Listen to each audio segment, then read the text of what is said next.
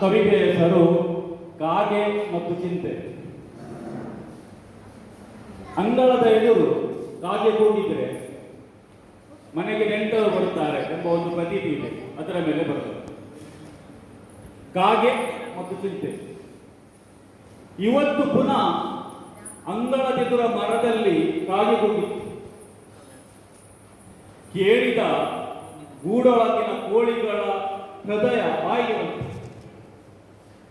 ಇಂದು ಪುನಃ ಅಂಗಳದೆದುರ ಮರದಲ್ಲಿ ಕಾಗೆ ಕೂಗಿತ್ತು. ಕೇಳಿದ ಗೂಡೊಳಗಿನ ಕೋಳಿಗಳ ಹೃದಯ ಬಾಯಿಗೆ ಬಂತು. ಮರಿಗಳ ಕಣ್ಣಲ್ಲಿ ಕಣ್ಣೀರ ಧಾರೆ. ಇಂದು ಯಾರೋ ನೆಂಟರು ಬರುತ್ತಾರೆ, ನಮ್ಮ ಅಪ್ಪ ಅಮ್ಮನನ್ನೇನಾದರೂ ಬಲಿ ತೆಗೋತಾರೆ.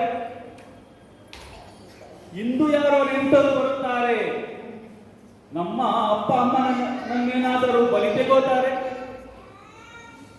ಹುಂಜದ ಗಂಟಲ ಪಸೆ ಆರುವಂತಿತ್ತು. ಕಳೆದ ಬಾರಿ ಇನ್ನೊಂದು ಹುಂಜದ ಗಂಟಲು ಕೊಯ್ಯುವುದನ್ನು ಕಣ್ಣಾರೆ ಕಂಡಿದ್ದನಾತ. ಹುಂಜದ ಗಂಟಲ ಪಸೆ ಆರುವಂತಿತ್ತು. ಕಳೆದ ಬಾರಿ ಇನ್ನೊಂದು ಹುಂಜದ ಗಂಟಲು ಕೊಯ್ಯುವುದನ್ನು ಕಣ್ಣಾರೆ ಕಂಡಿದ್ದನಾತ. ಕೋಳಿಗೇನೋ ತನ್ನ ಹೊಟ್ಟೆಯಲ್ಲಿರುವ ಮೊಟ್ಟೆಗಳ ಚಿಂತೆ.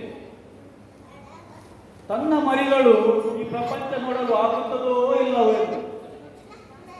ಕೋಳಿಗೇನೋ ತನ್ನ ಹೊಟ್ಟೆಯಲ್ಲಿರುವ ಮೊಟ್ಟೆಗಳ ಚಿಂತೆ. ತನ್ನ ಮರಿಗಳು ಈ ಪ್ರಪಂಚ ನೋಡಲು ಆಗುತ್ತದೋ ಇಲ್ಲವೋ ಎಂದು. ಎಲ್ಲರೂ ಶಪಿಸುತ್ತಿದ್ದರು ಆ ಕಾಗೆಗೆ. ಎಲ್ಲರೂ ಶಪಿಸುತ್ತಿದ್ದರು ಆ ಕಾಗೆಗೆ. ಮುದಿಹುಂಜ ಮಾತ್ರ ಎಲ್ಲರನ್ನೂ ಸಮಾಧಾನ ಮಾಡುತ್ತಿತ್ತು. ಮುದಿಹುಂಜ ಮಾತ್ರ ಎಲ್ಲರನ್ನೂ ಸಮಾಧಾನ ಮಾಡುತ್ತಿತ್ತು. ಆ ಕಾಗೆ ಇನ್ನು ಜಾಸ್ತಿ ಸಮಯ ಬದುಕಲಿಕ್ಕಿಲ್ಲ. ಆನಂತರ ನಮಗೇನು ಚಿಂತೆ ಇರಲಿಕ್ಕಿಲ್ಲ. ಆ ಕಾಗೆ ಇನ್ನು ಜಾಸ್ತಿ ಸಮಯ ಬದುಕಲಿಕ್ಕಿಲ್ಲ. ಆನಂತರ ನಮಗೇನು ಚಿಂತೆ ಇರಲಿಕ್ಕಿಲ್ಲ. ಧನ್ಯವಾದ.